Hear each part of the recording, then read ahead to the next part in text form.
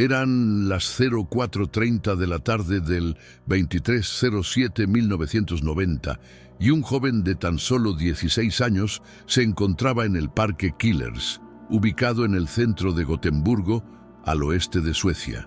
Caminaba muy tranquilo hasta que descubrió algo que lo traumó para siempre.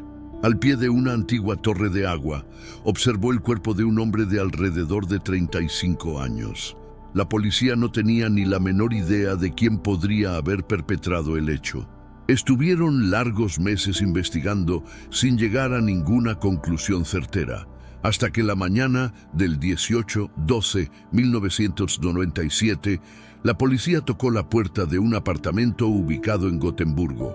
Les abrió un reconocido cantante y guitarrista de una de las emergentes bandas de black metal. Si bien había un testimonio que lo relacionaba con el crimen del Parque Killers, su historial de adoración al diablo parecía incriminarlo aún más. Aquel arresto sería tan solo la punta del iceberg para que la policía advirtiera otras prácticas inquietantes, como meditación, invocaciones a demonios y sacrificios de animales, que estaban apropiándose lentamente del círculo metalero sueco. Buenas noches. Bienvenidos al Descubriendo Crímenes Reales. John Andreas Knutby nació el 28/06/1975 en Hässelby, un condado de Estocolmo, la capital de Suecia.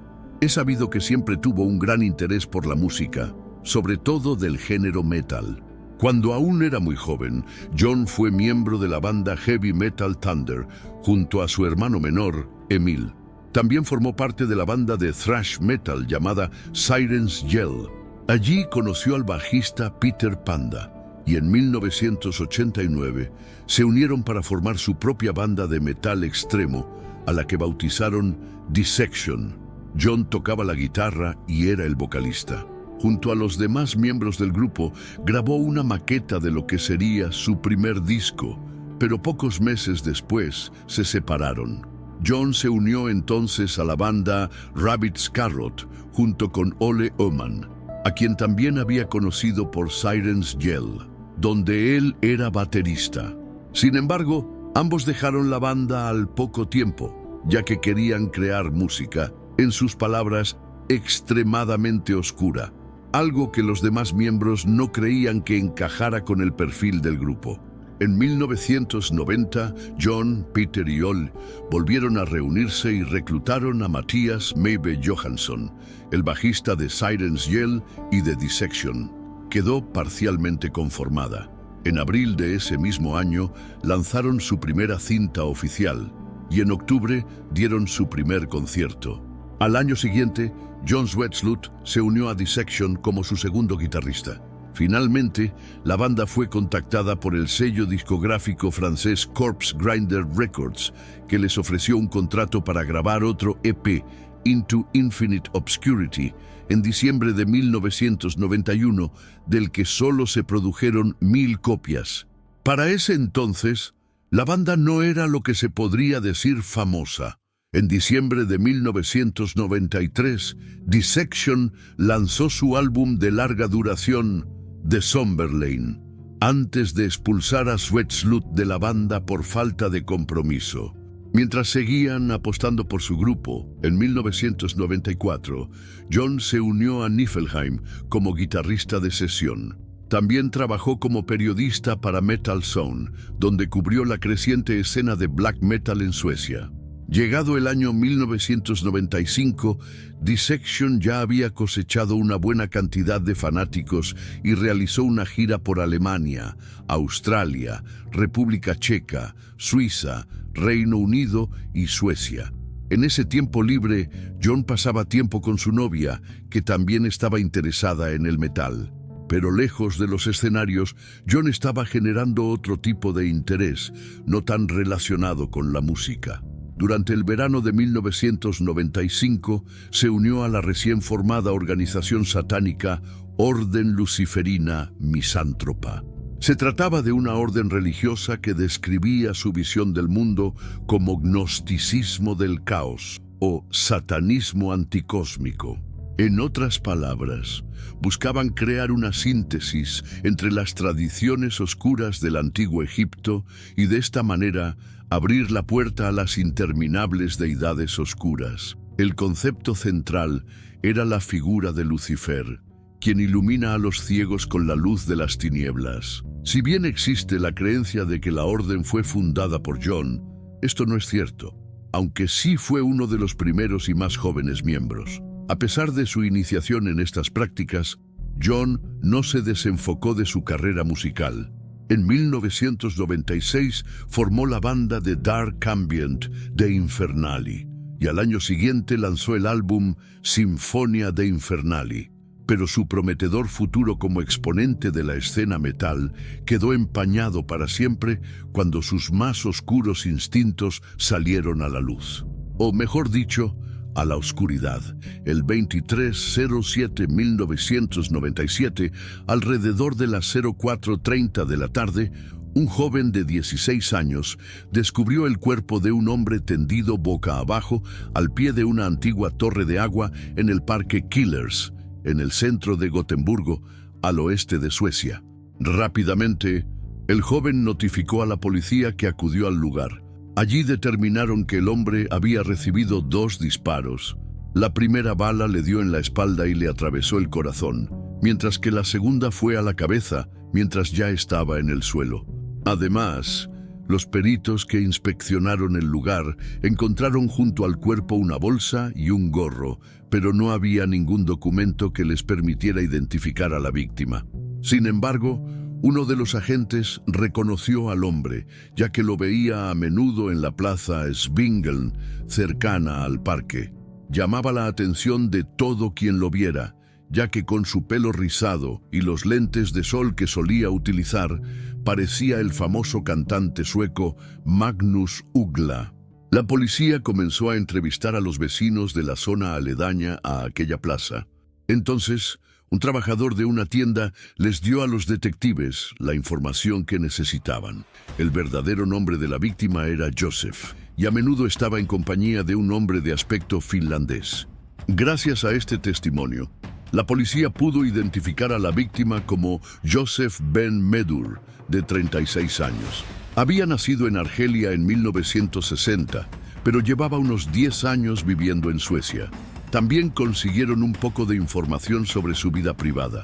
Era homosexual, y el hombre de aspecto finlandés, con quien los vecinos solían verlo, era su novio. Muchas personas del vecindario también declararon que la pareja era conocida por sus frecuentes peleas. Los policías estaban más confiados, ya que tenían una persona para entrevistar respecto al asesinato. En la comisaría, el finlandés admitió que el gorro que llevaba puesto Joseph era suyo. También aceptó que no tenía una coartada para explicar lo que había hecho el día en que ocurrió el homicidio, aunque afirmó no ser el asesino. Sin embargo, los agentes no pudieron encontrar nada que indicara que efectivamente el novio de Joseph hubiera cometido el crimen. Tras pasar 12 días detenido, fue puesto en libertad y más tarde quedó libre de toda sospecha. Con esa hipótesis descartada, los detectives pensaron en la posibilidad de que Joseph hubiera sido atacado por skinheads, aunque pronto se enterarían de información crucial que iba a cambiar el rumbo de la investigación. El 22 de julio por la tarde, Joseph había recibido la visita de militantes del grupo islámico armado, GIA, también conocido como GIA, una organización terrorista islámica argelina.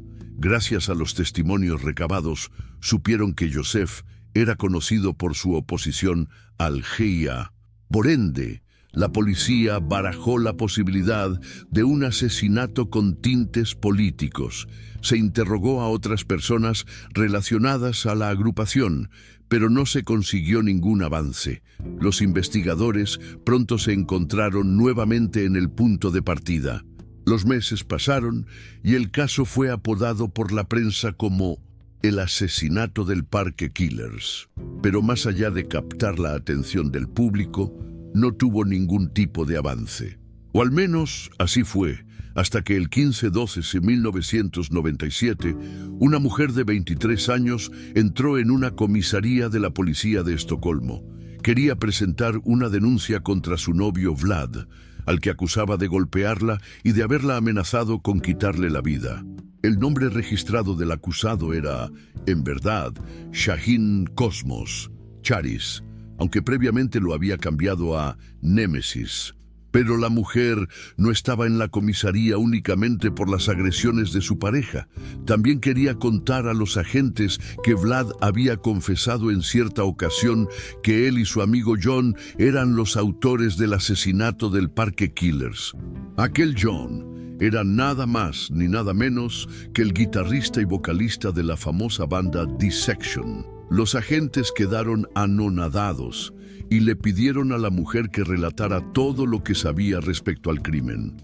Ella declaró que Vlad le contó detalladamente que él y John se encontraron con Joseph en una calle de Gotemburgo y lo invitaron a seguirlos hasta el Parque Killers. Una vez allí, intentaron inmovilizarlo con un arma de electrochoque, es decir, una pistola Taser, pero por alguna razón no tuvieron éxito. Entonces, Joseph intentó huir y Vlad le disparó por la espalda con una pistola. Mientras la víctima estaba tendida en el suelo, Vlad le entregó el arma a John, quien le disparó una segunda bala en la cabeza. Por último, la mujer también declaró a la policía que conocía el paradero del arma homicida. Los investigadores de la policía de Gotemburgo pudieron reconocer que las observaciones realizadas por los peritos forenses en el lugar de los hechos coincidían con el relato de la mujer. No podían perder más tiempo. Debían apresar a los sospechosos y conseguir una declaración. Ese mismo día, la policía llegó a la casa de Vlad en Estocolmo. Además de arrestarlo, se le encontró una pistola de 9 milímetros cargada. Posiblemente, esta era el arma de la que hablaba su novia, aunque no fue confirmado por la prensa. John, por su parte, fue detenido en Gotemburgo la mañana del 18 de diciembre. Algo que llamó sumamente la atención de la policía fue que en las casas de los dos sospechosos había altares satánicos. Particularmente en la de Vlad, también hallaron un cráneo humano, por lo que fue acusado de posesión de partes humanas. Esto los llevó a recabar más información sobre el móvil del crimen. Pronto supieron que ambos sospechosos eran miembros de una organización satánica llamada Orden Luciferina Misántropa. De hecho, Vlad era uno de los fundadores, aunque, según la policía, la agrupación jamás tuvo más que un puñado de seguidores. Durante sus investigaciones, la policía interrogó a antiguos miembros de la Orden Luciferina Misántropa, quienes narraron las ceremonias ocultistas a las que habían asistido. Los rituales incluían meditación, invocaciones a demonios y sacrificios de animales, generalmente gatos, que se compraban a través de anuncios clasificados. Los exmiembros también declararon un dato clave. Durante las semanas previas al asesinato de Joseph, el discurso satanista de Vlad se había vuelto cada vez más extremista. La idea de realizar sacrificios humanos, seguidos de autoprivaciones de la vida en masa, se discutió extensa y seriamente en grupo. Los exmiembros incluso detallaron que durante una reunión en casa de John se hizo una lista de posibles víctimas. Entre ellas se encontraba un antiguo seguidor de la orden que había desertado, miembros de la banda de Dissection e incluso a la novia del propio John. Estos planes fueron los que provocaron justamente la deserción de algunos miembros de la orden que no querían participar en ningún asesinato o que temían por su vida. Como resultado, el número de miembros activos se redujo a 3: John, Vlad y la novia de este último, es decir, quien los había denunciado ante la policía. Una vez que Vlad y John tuvieron el primer interrogatorio, ambos negaron cualquier implicación en el deceso de Joseph. Sin embargo, después de que la policía los pusiera en prisión preventiva por causa probable, John entró en crisis y decidió traicionar a su amigo y confesar su versión de los hechos. El acusado relató que la noche del 21 a la madrugada del 22/07/1997 fue a beber a varios pubs y clubs de Gotemburgo y consumió anfetaminas junto con Vlad y otros 2 amigos. A primera hora de la mañana, los otros 2 amigos volvieron a casa, mientras él y Vlad empezaron a deambular por el centro de la ciudad. Llegaron a las afueras de un parque conocido localmente como un lugar de encuentro para hombres homosexuales. Allí fueron abordados por un desconocido que, al ver sus atuendos, les preguntó si eran satanistas y les dijo que quería aprender sobre aquella secta. Al principio, John y Vlad intentaron convencerlo de que se alejara de ellos, pero este insistió. Aquel hombre era justamente Joseph. Después de un rato de charla, ambos lo invitaron a seguirlos a la casa de John. Durante el camino, el comportamiento y las cosas que Joseph decían dejaron en claro que era homosexual, lo que hizo que John y Vlad se sintieran enojados y ofendidos. Aún así, no le dijeron que se marchara. Una vez que llegaron a la casa de John, Joseph comenzó a sentirse incómodo y asustado. Incluso dejó de hablar. Los 2 amigos sugirieron entonces continuar su discusión sobre satanismo en el Parque Killers. Antes de irse, John entró a una habitación y recogió una pistola Taser y el arma de fuego cargada. Los 3 hombres salieron a la calle nuevamente y se dirigieron al Parque Killers. Una vez allí, Vlad tomó el Taser de John e intentó inmovilizar a Joseph sin éxito. La víctima intentó huir, pero Vlad le disparó una bala en la espalda, seguida de una segunda bala en la cabeza. Luego de escuchar aquella versión de los hechos, la policía confrontó a Vlad y señaló las contradicciones con su versión de lo sucedido, donde juraba que era inocente. Entonces, Vlad también cambió de opinión y admitió su participación en el asesinato de Joseph. Su versión de los hechos era muy similar a la de su amigo, salvo por una diferencia sustancial. Según él, John era quien había empuñado el arma y quien había apretado el gatillo 2 veces. Era su palabra contra la de su amigo, y solo restaba que un tribunal decidiera quién decía la verdad y qué destino tendrían ambos. Antes del juicio, la policía de Gotemburgo investigó el satanismo en el mundo del black metal sueco para determinar qué conexión existía entre ambos ambientes. Aquel género que tocaba la banda musical Dissection, de la cual John era el líder, se caracterizaba por su adoración al ocultismo y la violencia cruda de sus letras, como así también por el comportamiento y estilo de vida extremos de sus seguidores. Los investigadores supieron que a mediados de los 90, la breve historia del black metal ya estaba plagada de decesos violentos. En 1991, Per Yngve Dead Olin, el cantante sueco de la banda noruega Mayhem, se había quitado la vida disparándose en la cabeza con una escopeta. Su cuerpo fue encontrado por el líder de la banda, Øystein Euronymous Arseth, quien, en lugar de llamar a la policía inmediatamente, se fue a comprar una cámara desechable y regresó para tomar fotografías del cuerpo. Las imágenes fueron usadas para el álbum en vivo Dawn of the Black Hearts. Arseth también recogió fragmentos del cráneo de su amigo, que terminaron en un estante de exhibición en la tienda de discos Helvete en Oslo. Al año siguiente, Bård Faust Eitun, un compañero de trabajo de Arseth, apuñaló a un hombre homosexual en un parque de Lillehammer. Y en 1993, el propio Arseth fue también apuñalado hasta perder la vida por un músico noruego, Varg Count Grishnak Vikernes, que era conocido por su proyecto en solitario Bursum. Vikernes afirmó que el homicidio fue, de hecho, un acto de defensa propia, ya que Arseth supuestamente había planeado asesinarlo. Como si esto fuera poco, Vikernes también había sido acusado de quemar 3 iglesias y condenado en 1994 a 21 años de prisión.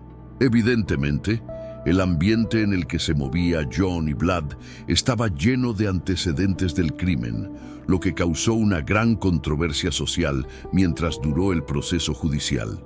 A pesar de que la adoración por el ocultismo de ambos acusados por el crimen de Joseph era evidente y de que había un cierto problema en Suecia respecto al tema, el proceso legal acabó tomando otro rumbo. Según el inspector criminal Lars Aulin, que dirigió la investigación policial, John declaró durante el interrogatorio que el asesinato era un sacrificio a Satán, pero más tarde se retractó. Para Aulin, no se podía negar que los actos de John y Vlad se llevaron a cabo en un contexto donde ambos practicaban satanismo, pero la homofobia también fue un factor determinante. Llegado el juicio, nuevamente se valoró la posibilidad de que el homicidio hubiera estado motivado por los presuntos sacrificios humanos de los que hablaban los miembros de la orden luciferina misántropa, pero el juzgado llegó a la conclusión de que no había pruebas suficientes de esto. Más bien, el homicidio de Joseph parecía estar relacionado con su inclinación íntima, lo que lo catalogaba como crimen de odio. Esto se respaldaba en el hecho de que tanto John como Vlad habían decidido asesinar a la víctima luego de que ésta empezara a hablar de su orientación, no cuando les preguntó acerca de su religión. Con respecto a las versiones de los dos acusados, en las que señalaban que su cómplice era quien había perpetrado los disparos, el tribunal definió que la historia verídica era la de John. El 06-7-1998, el Tribunal de Primera Instancia de Gotemburgo condenó a John a 8 años de prisión por complicidad en el asesinato y por posesión ilegal de un arma de fuego. Vlad, por su parte, fue condenado a 10 años de prisión por asesinato, violencia contra su novia, posesión ilegal de arma de fuego y posesión de partes del cuerpo. El 25/09/1998, el Tribunal de Apelación de Suecia Occidental cambió la sentencia de John a 10 años de prisión, mientras que la condena de Vlad fue confirmada y quedó exactamente igual. Pero ninguno llegaría a cumplir la pena estipulada.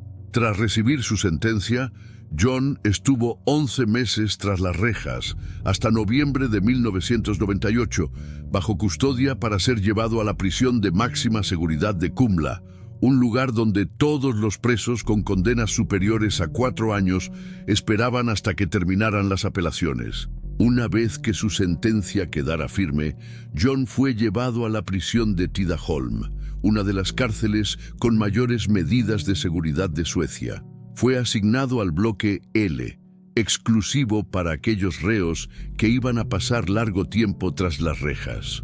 Tidaholm era conocida como una de las cárceles más peligrosas, ya que en ella se cometieron varios homicidios y asesinatos entre los propios reclusos. Aunque John era un preso tranquilo, trabajaba en las minas ubicadas dentro de la prisión durante el día, y por las noches se dedicaba a leer y practicar con su guitarra acústica. Paralelamente, el sello Necropolis Records publicó una recopilación llamada The Past is Alive, The Early Mischief, que contenía el material de sus 2 demos, más un par de temas grabados con Satanized. Eventualmente, John pudo acceder a una escuela que había dentro de prisión. Por las noches, se dedicaba a estudiar las esferas del lado oscuro de la mitología, la filosofía y la tradición esotérica. Mientras tanto, los fanáticos de Dissection seguían esperando su vuelta a la libertad. Incluso le enviaron correspondencia a prisión, y en infinidad de ocasiones, tanto la prensa underground como la sensacionalista intentó ponerse en contacto con él para realizarle alguna entrevista. Sin embargo, John se negó porque no quería ganar dinero a costa de su encarcelamiento. En todo el tiempo que estuvo en la cárcel, John recuperó parte del material que tenía previsto incluir en el tercer LP de Dissection y lo remodeló hasta que tomó forma en 11 canciones.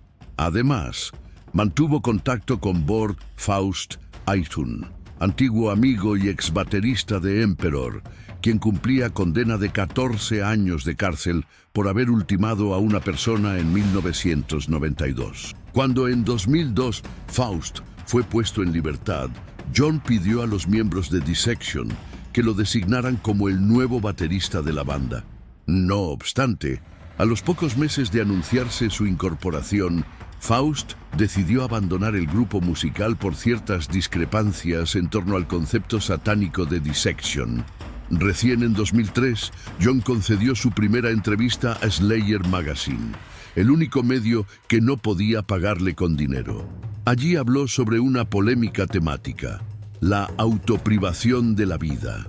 Cuando el entrevistador le preguntó si quitarse la vida valía la pena, John respondió: el satanista decide sobre su propia vida y su deceso, y prefiere ir con una sonrisa en los labios cuando ha alcanzado la cima de su vida, cuando lo ha logrado todo, y aspira a trascender esta existencia terrenal.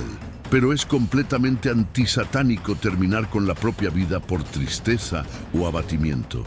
El satanista fallece fuerte, no por la edad, la enfermedad o la depresión, y elige el deceso antes que la deshonra. Así que vive la vida como corresponde, con la mayor intensidad posible. En septiembre del año 2004, después de pasar 7 años en prisión, John y Vlad fueron liberados. No se conoce exactamente el porqué de su anticipada salida. El 22 de ese mes, John habló para el medio Expressen sobre el asesinato y su estadía en prisión. Aseguró que deseaba olvidar el crimen que cometió y progresar con su vida. Se sentía una persona nueva, había madurado y tenía otro concepto sobre la vida y el fallecimiento.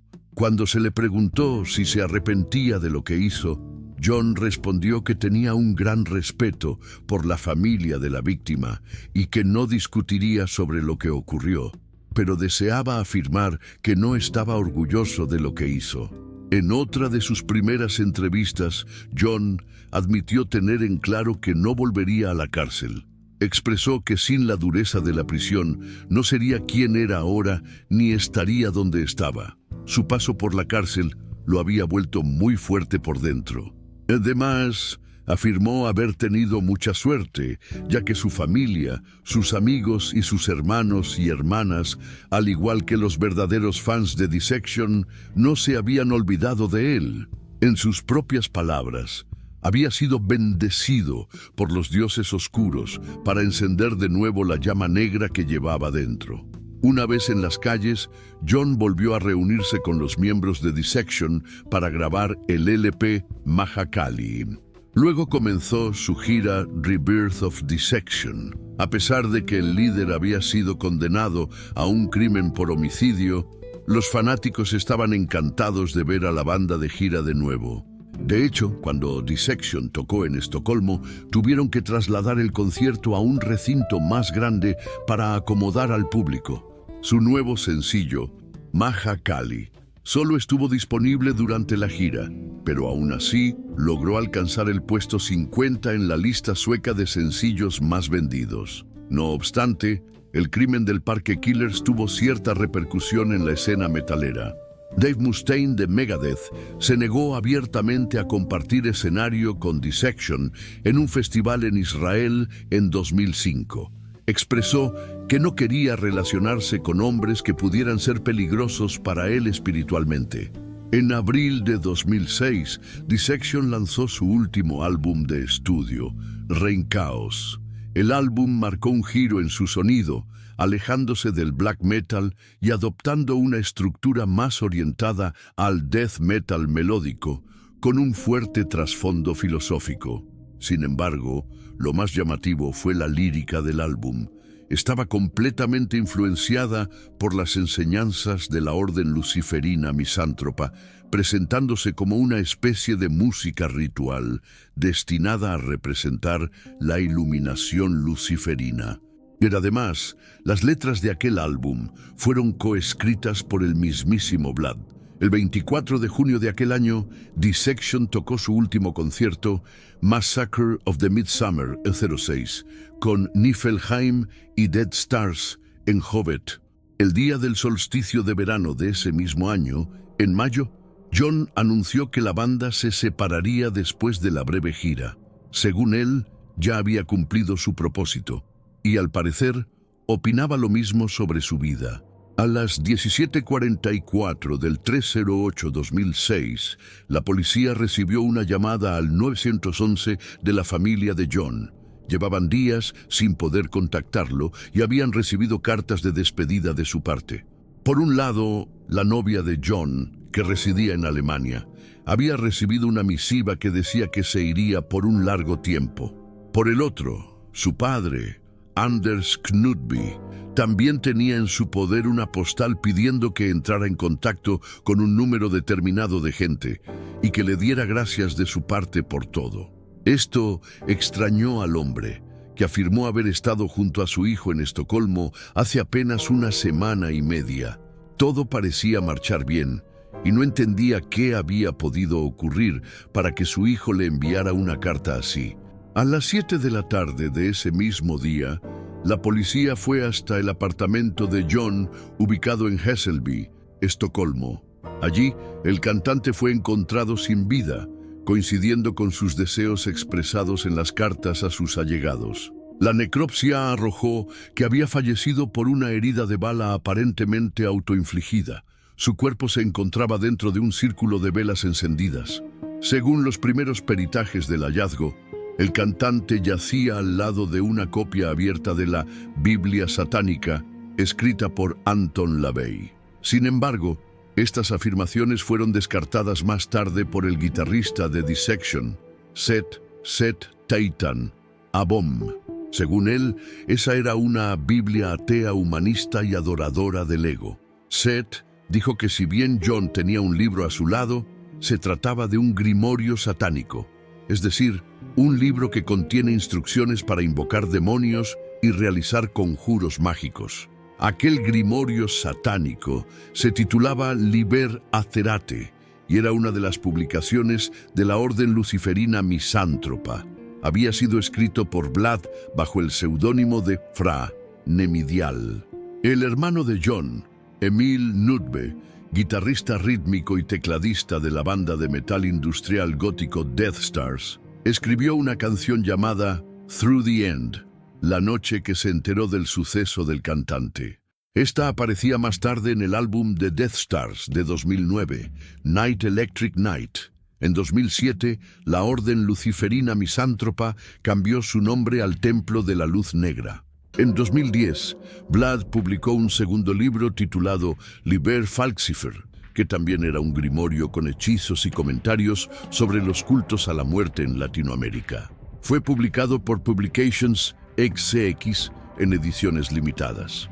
A la fecha de realización de este video, Vlad, que ahora es conocido como Víctor Draconi, continúa viviendo con su novia, quien lo acusó frente a la policía de haber llevado a cabo el homicidio de Joseph junto a John. También sigue practicando el satanismo y no parece arrepentido del crimen. Una vez más, estimado público, agradezco su compañía. Gracias por estar presentes en esta nueva transmisión.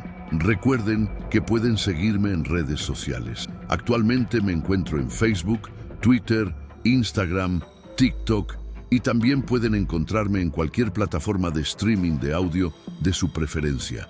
Me despido de ustedes con un fuerte abrazo y si tú aún no estás suscrito, te hago la cordial invitación a que lo hagas y formes parte de esa gran comunidad. Esto es el Descubriendo Crímenes Reales. Hasta la próxima emisión. Buenas noches.